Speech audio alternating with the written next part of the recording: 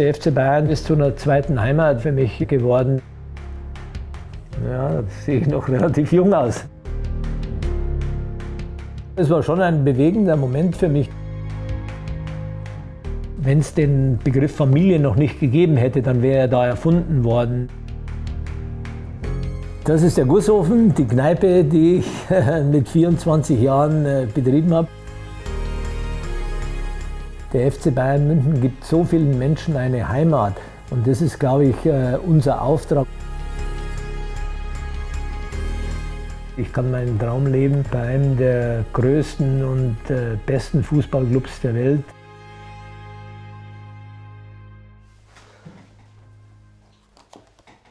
Das ist Dornwang, das ist die Gemeinde, in der ich geboren und aufgewachsen bin und in diesem kleinen Seelendorf mit, glaube ich, knapp 1000 Einwohnern groß geworden. Ich bin ja am 3. Juli 1954 geboren, einen Tag vor dem Wunder von Bern. Mein Vater war ja auch sehr fußballbegeistert und ich vermute mal, er wollte das Spiel am nächsten Tag sehen. Deswegen hat sich meine Mutter beeilt, dass ich einen Tag vor dem Endspiel auf die Welt gekommen bin. Meine Kindheit war sehr dörflich geprägt, würde ich sagen. Meine Eltern hatten eine Metzgerei und ich hatte zwei Brüder, einen älteren und einen jüngeren. Und wir waren alle drei immer sehr Fußball- und Sportbegeistert. Mein älterer Bruder wurde dann Sportlehrer am Gymnasium in Dingolfing, mein jüngerer Profi bei 1860 München. Und ich habe auch Fußball gespielt. Und so sind wir groß geworden, Schule und Fußball und dann natürlich auch zu Hause mitgeholfen. Das ist bei einem Basketballspiel des FC Bayern. Anscheinend haben wir da sehr gut gespielt, weil wir alle jubeln.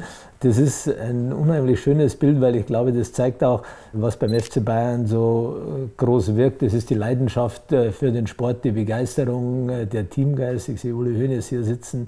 Ja, sehr, sehr schön.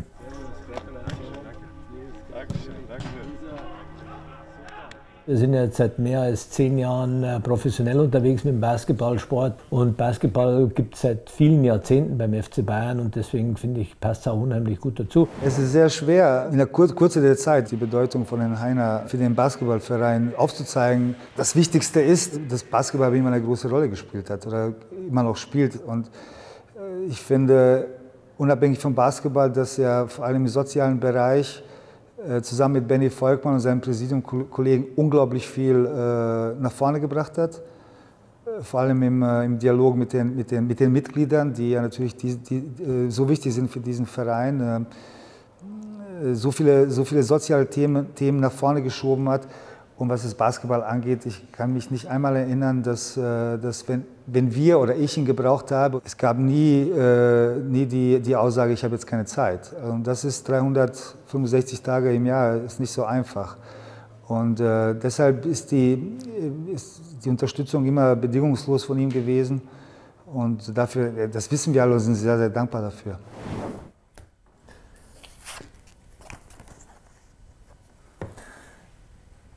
Das ist ein Bild, wenn ich das recht im Kopf habe, bei der Wahl, als ich zum Präsidenten gewählt wurde und wir Uli Hoeneß zum Ehrenpräsidenten ernannt haben.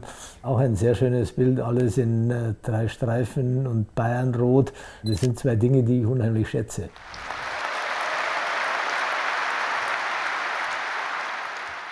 Es war schon ein bewegender Moment für mich, dieser 15. November, weil auf der einen Seite ich ein unheimlich leidenschaftlicher FC Bayern-Fan bin und den Verein ja seit Jahrzehnten begleite. Und auf der anderen Seite habe ich nie daran gedacht, Präsident beim FC Bayern München zu werden. Ja, es war ein bewegender Moment. So, dann greifen wir mal hier rein. Das ist ein Bild der Metzgerei von meinen Eltern. Wie ich schon gesagt habe, komme ich aus einem kleinen Ort. Meine Eltern hatten eine Metzgerei und keiner von den 3 Jungs hat die Metzgerei übernommen und sie wurde dann verpachtet an die Metzgerei Pflügel. Alle 3 Jungs mussten vor allem in den Ferien immer mitarbeiten zu Hause und das war ganz normal. Da gab es schönere und weniger schönere Tätigkeiten. Ich war am liebsten im Laden hinter der Kasse gestanden und habe die Rechnungen ausgedruckt. Aber das war bei uns ganz normal, dass alle mitarbeiten. Das ist ein Bild von mit Franz Beckenbauer 2006 bei der Weltmeisterschaft in Deutschland.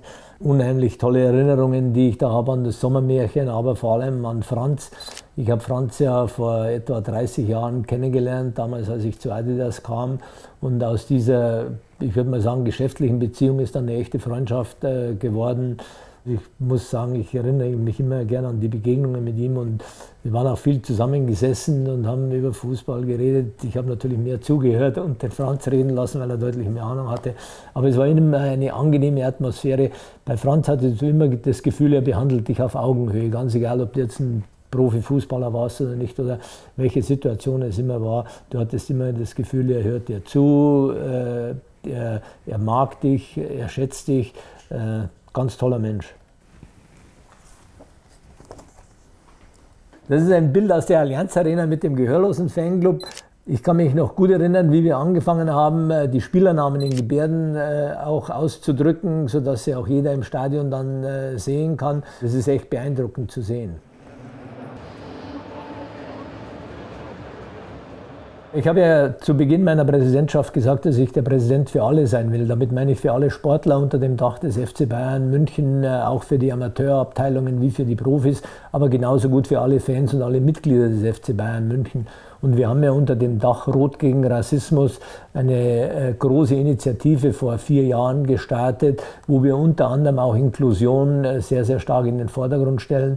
Und für mich ist das sehr, sehr wichtig, weil ich eben will, dass alle Menschen teilhaben können an der Begeisterung, an der Leidenschaft für den FC Bayern München und mit dem FC Bayern München. Dann schauen wir.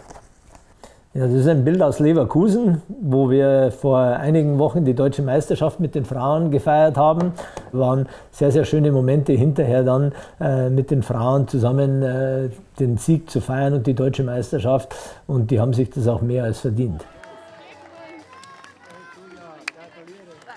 Die Frauen sind ja ein unheimlich guter und wichtiger Botschafter für den FC Bayern München. Den Frauenfußball gibt es jetzt seit über 50 Jahren beim FC Bayern. Und da gibt es 2 Personen, die ich da speziell nennen will. Das ist auf der einen Seite Karin Danner und jetzt in den letzten Jahren Bianca Rech. Herbert Hainer hat eine sehr große Bedeutung. Ich erinnere mich sehr gerne zurück an unsere erste Begegnung, wo er von Anfang an absolut unterstützend gegenüber den FC Bayern Frauen war und immer wieder auch gerne vorbeikommt, immer ein offenes Ohr für uns hat, sich gerne mit uns austauscht, möchte auch immer wieder auch auf dem Laufenden bleiben und hat für uns eine große Bedeutung. Ist sehr oft bei den Spielen und zeigt eben ein sehr, sehr großes Interesse für den Frauenfußball und da sind wir ihm natürlich auch sehr dankbar.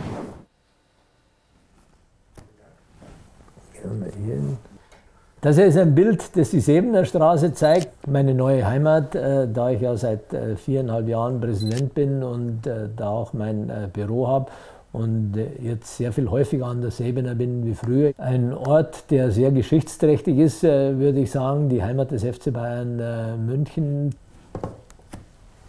Ja, dieses Bild zeigt die Unterzeichnung des Vertrages, als Adidas damals 10% der Anteile an der FC Bayern München AG gekauft hat. Ich noch mit Schnurrbart damals. Es muss also vor 2004 gewesen sein, weil ich mir damals den Schnurrbart abrasiert habe. Das war ein, ja, ich würde schon sagen, sehr, sehr interessanter, aber auch wichtiger Moment in der Geschichte von Adidas und auch des FC Bayern München. Für Adidas war klar damals, dass der FC Bayern so wichtig ist für Adidas. Die ganze Geschichte von Adidas ist ja auch mit Bayern aufgebaut. Und deswegen war uns immer klar, dass Adidas und FC Bayern zusammengehören und unzertrennbar sind. Adidas ist ja im Prinzip der mit Abstand größte Teil meines Berufslebens. Ich habe ja nur 2 Arbeitgeber gehabt, zuerst Procter & Gamble und dann 30 Jahre bei Adidas. Und Adidas ist nicht nur ein Arbeitgeber gewesen für mich, sondern auch meine Leidenschaft für den Sport. Das ist ein Traum gewesen für mich.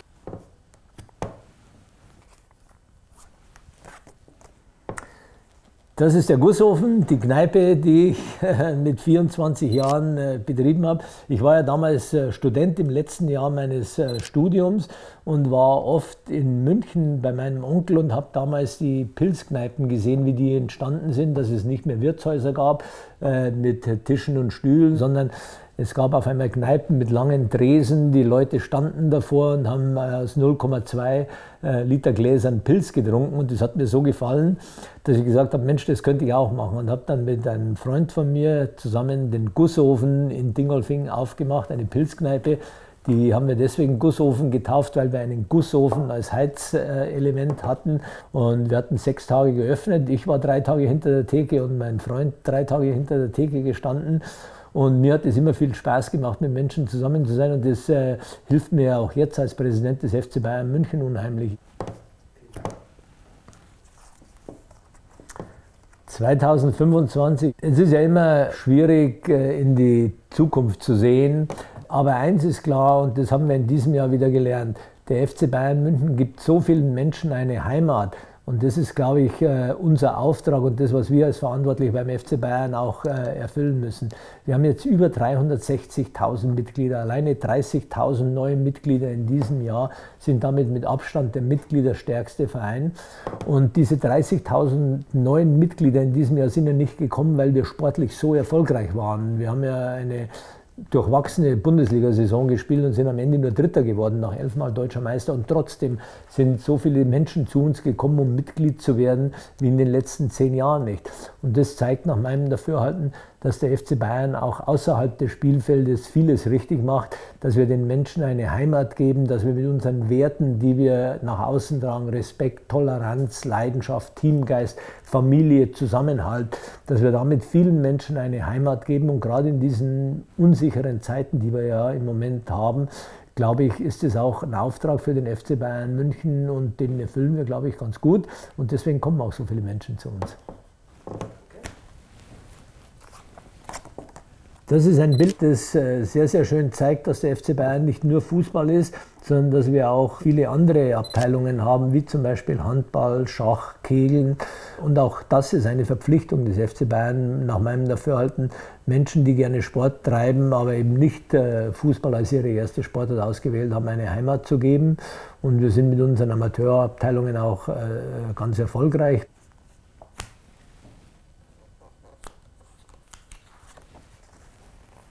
Das ist ein Bild aus dem Grünwalder Stadion, da kann ich mich unheimlich gut erinnern, auch die Perspektive, weil ich oftmals hinterm Tor gestanden bin. Mein Onkel hat mich damals an die Grünwalder mitgenommen und gegenüber sieht man die Häuser mit 6, 7 Stockwerken und da saßen die Menschen an den Fenstern und haben rausgeschaut und ins Stadion reingeguckt. Tolle Erinnerung, ich war als kleiner Junge fast ehrfürchtig, als mein Onkel mich mitgenommen hat ins Grünwalder Stadion. Und ich habe damals schon die Bayern gesehen, auch die 60er, muss ich fairerweise sagen. Und so ist auch meine Leidenschaft für Fußball weiter gewachsen. Und ich denke, das war so der Grundstein, um später mal beim FC Bayern München tätig zu sein.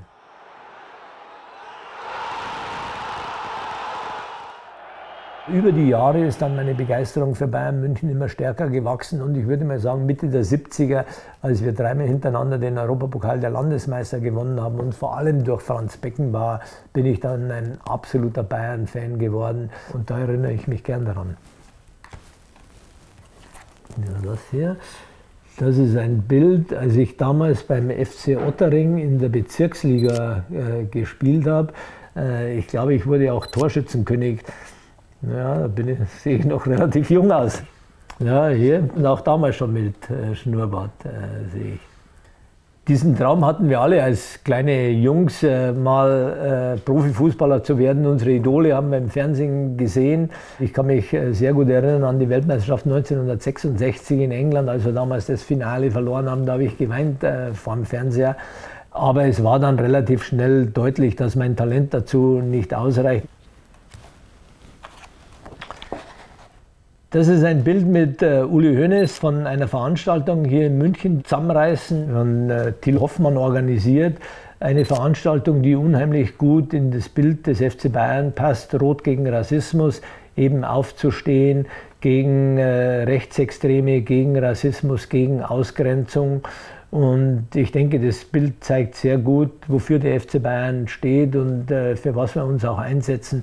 Und dass wir da auch Flagge zeigen. Ich kann mich noch gut erinnern, Isa Bonga, unser Basketballspieler, hat eine sehr beeindruckende Rede gehalten. Und es wurde auch sehr gewürdigt. Sowas finde ich auf der einen Seite unheimlich wertvoll, auf der anderen Seite gehört es aber auch zum FC Bayern München, dass wir unsere Strahlkraft für solche Dinge einsetzen. Das ist das alte Olympiastadion, da habe ich viele Erinnerungen. Damals, als der FC Bayern wirklich ins Rampenlicht des Weltfußballs getreten ist, mit diesen 3 Siegen im Europapokal der Landesmeister und vor allem auch mit den Spielern, ganz egal ob es Franz Beckenbauer, Gerd Müller, Sepp Maier, Uli Hoeneß, Paul Breitner waren. Das waren herausragende Fußballer, die ja nicht nur den FC Bayern, sondern auch die deutsche Nationalmannschaft geprägt haben und uns dann geholfen haben, auch eben Weltmeister zu werden. Und das ist alles im Olympiastadion passiert. Das ist beim Joggen durch den englischen Garten. Ich wohne ja nicht weit vom englischen Garten weg und bin sehr oft dort und auch beim Laufen, Joggen oder Spazierengehen. Das hält einen jung und fit. Und gerade im englischen Garten, finde ich, ist es unheimlich schön, weil es in einer Weltstadt, in einer Großstadt so eine Idylle zu haben und die auch dann noch fußläufig zu erreichen, ist sehr, sehr schön. Sport ist wirklich die Sache, bei der ich unheimlich gut abschalten kann. Das ist unheimlich entspannend, das macht den Kopf frei. Hat mir auch, muss ich sagen, unheimlich geholfen, wieder neue Dinge zu denken. Es ist manchmal passiert, dass ich nach dem Laufen nach Hause kam und mir sofort aufgeschrieben habe, welche Gedanken mir beim Laufen gekommen sind. Manchmal habe ich gedanklich Reden für mich vorformuliert, weil das unheimlich befreiend war und auch den Geist angeregt hat. Und darum mache ich heute auch nach wie vor sehr, sehr gern Sport. Sport machen, Sport anschauen. Ich gehe zum Beispiel unheimlich gern zu Sportveranstaltungen oder schaue mir Sport auch im Fernsehen an. Ich bin ja ein unheimlicher Sportfan. Ich konnte früher alle deutschen Olympiasieger, der Dressurreiter von Josef Neckermann über Dr. Rainer Klimke, Lieselot Linsenhoff und aufzählen. Aber Sport ist wirklich was mich unheimlich befreit. Wenn ich Urlaub habe, dann lese ich auch gerne. Das mache ich aber wirklich fast nur, wenn ich Urlaub habe, weil wenn ich zum Beispiel ein Buch lese, dann lese ich das von A bis Z durch. Ich kann das nicht über 3 oder 4 Wochen und dann immer wieder ein paar Seiten lesen, sondern dann bin ich so gepackt, dass ich das durchlese und das mache ich im Urlaub unheimlich gerne. Das ist ein Bild aus einem Treffen mit einem Fanclub, wo ich mit Fans diskutiere. Auch das ist was ich unheimlich gerne mache, Fanclub-Besuche, um rauszugehen. Auf der einen Seite, um die Fans und die Mitglieder zu würdigen, denn wenn man sieht, was die auf sich nehmen, nicht nur an finanzieller Belastung, sondern auch an persönlichem Engagement, die teilweise Hunderte von Kilometern zu jedem Auswärtsspiel fahren, natürlich sowieso bei jedem Heimspiel sind. Das ist das eine. Das andere ist aber auch, dass es bei solchen Gesprächen immer wieder neue Ansatzpunkte gibt für das, was wir beim FC Bayern besser machen können. Denn wir an der Säbener sind ja manchmal in so einem Elfenbeinturm und sehen nur von Samstag zu Samstag, was müssen wir machen, damit wir nächsten Samstag gewinnen, dass wir Deutscher Meister werden und vergessen oftmals die Dinge wie Ticketing, Einlasskontrollen, wie Rollstuhlfahrer am besten in der Allianz Arena zurande kommen. Und gerade bei solchen Treffen kriege ich unheimlich viele Anregungen mit und deswegen haben wir auch in der Zeit, seitdem ich Präsident bin, diesen Austausch mit den Fans stark gefördert. Wir machen Mitgliederstammtische, wir gehen raus zu den Fanclubs, wir laden sie ein, wir machen Präsidenten-Schafköpfe. Unseren Arbeitskreis Fan-Dialog haben wir deutlich ausgeweitet, um da auch die Ideen reinzubringen.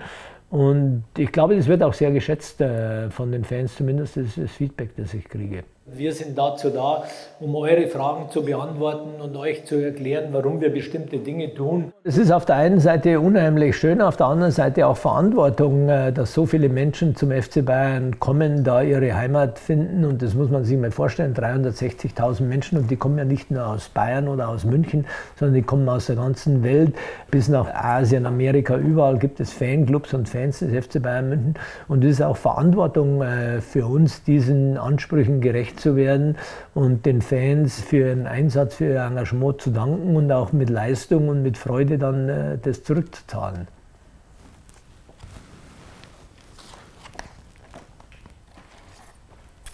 Das ist ein Bild aus der Allianz Arena, das muss im Winter gewesen sein, weil ich den Mantel anhabe. Ich kann meinen Traum leben, bei einem der größten und besten Fußballclubs der Welt zu sein, dann noch Präsident. Also da gibt es schlimmere Dinge im Leben. Herbert Hainer ist ein Aufsichtsratsvorsitzender und Präsident, der im Club nochmal auch wieder seine eigenen Akzente setzt. Es gibt Themen, die ihm sehr, sehr wichtig sind. Eines seiner ganz großen Themen ist unsere Kampagne Rot gegen Rassismus. Er setzt sich dort vielfältig ein und investiert viel Zeit auch. Und für mich als Vorstandsvorsitzenden der AG ist er natürlich auch Ansprechpartner. Wir pflegen einen offenen Austausch. Wichtig ist ja dabei, dass man einander vertraut. Und insofern ist das etwas, was ihn ausmacht.